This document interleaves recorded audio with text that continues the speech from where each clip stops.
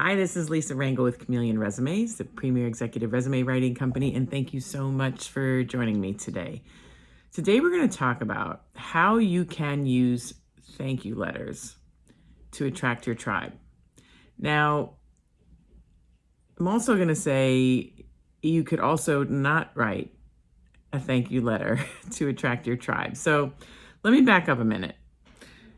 I am not an automatic I'm not someone who automatically thinks you need to send a thank you letter. Now, that may shock some of you, and I didn't always used to be this way. I was definitely someone who you always sent a thank you letter.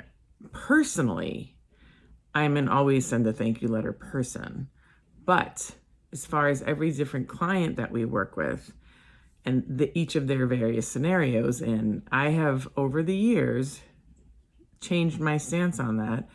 And I don't think everyone is required to send a thank you letter every time. So bear with me. Let me walk you through this. There are cultures that don't want, there are company cultures that don't want or engage in thank you letters. There's companies that do. Within companies, there's people who like thank you letters and people who don't like thank you letters. And then there's candidates who like sending them. And then there's candidates that don't like sending them. So I am of the mindset that you need to, one, research the culture of the company that you're targeting. Look at social media posts, look at articles about the company, research different people within the organization, maybe within the department that you're in, obviously, which you should be doing anyway, just for interview research. But just see if there's any evidence that they value gratitude and they value gratitude being expressed, or do you get a vibe that there isn't? And sometimes there is no evidence of it. But if there is evidence of it being appreciated, that might be something to factor in to sending a thank you letter.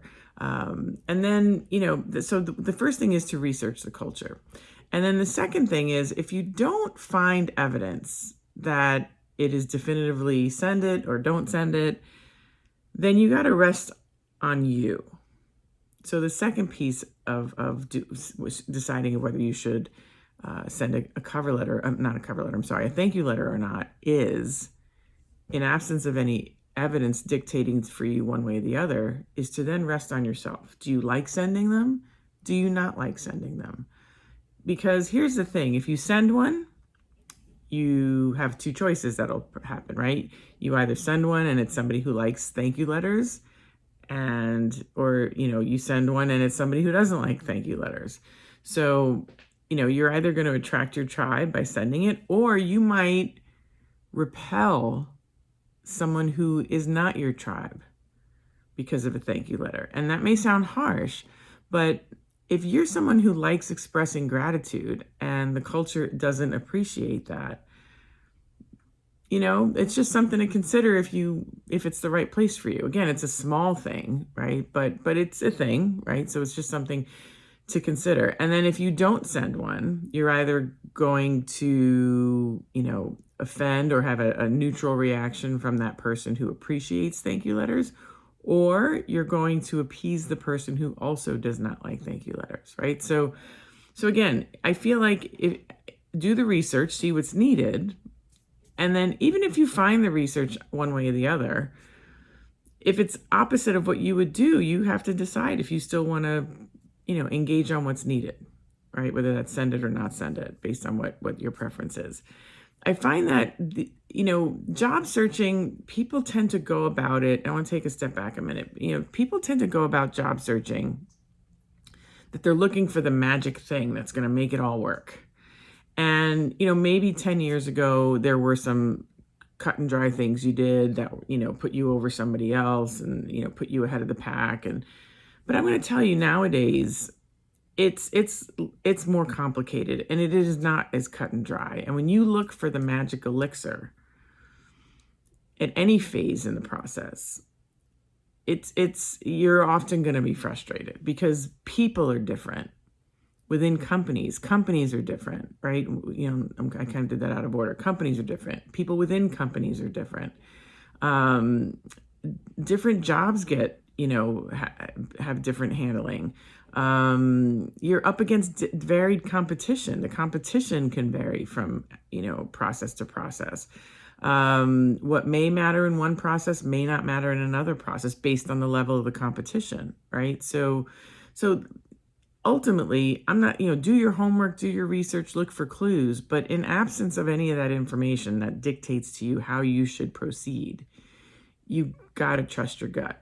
And you have to trust that, we're going to use the thank you letter as the example. If sending or not sending is the right thing to do, it will become evident that it was the right thing to do, right? Or because it's either going to move you forward, whatever you decide to do, or it's not. But in not moving you forward, you're probably not with your people.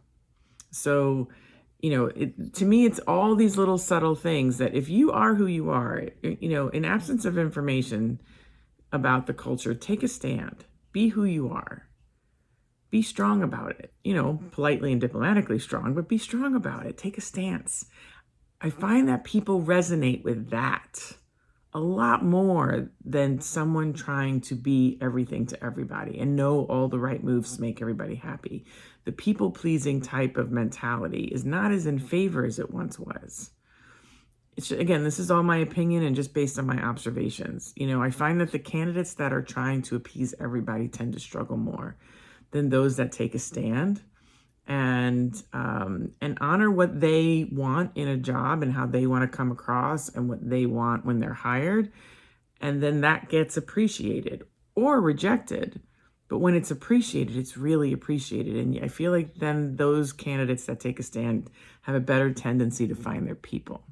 So that's my stance with thank you letters, and if you're going to use one, make sure they're good. If you want any guidance on it, you're going to want to grab my resource, jobthankyouletters.com. But don't depend on AI.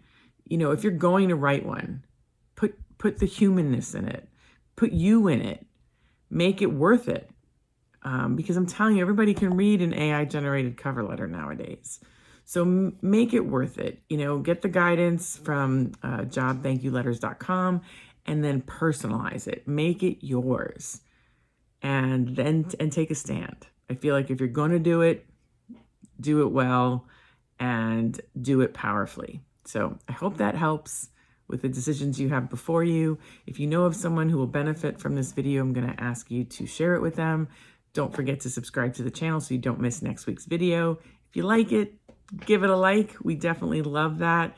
And if you have any comments or questions, feel free to put them below, or you can instant message me, DM me, or you can email me at lr@chameleonresumes.com. I do my best to get back to every comment, email, direct message. So I look forward to your comments and your feedback. And thank you so much for spending this time with me. And I look forward to seeing you next week. Have a great day.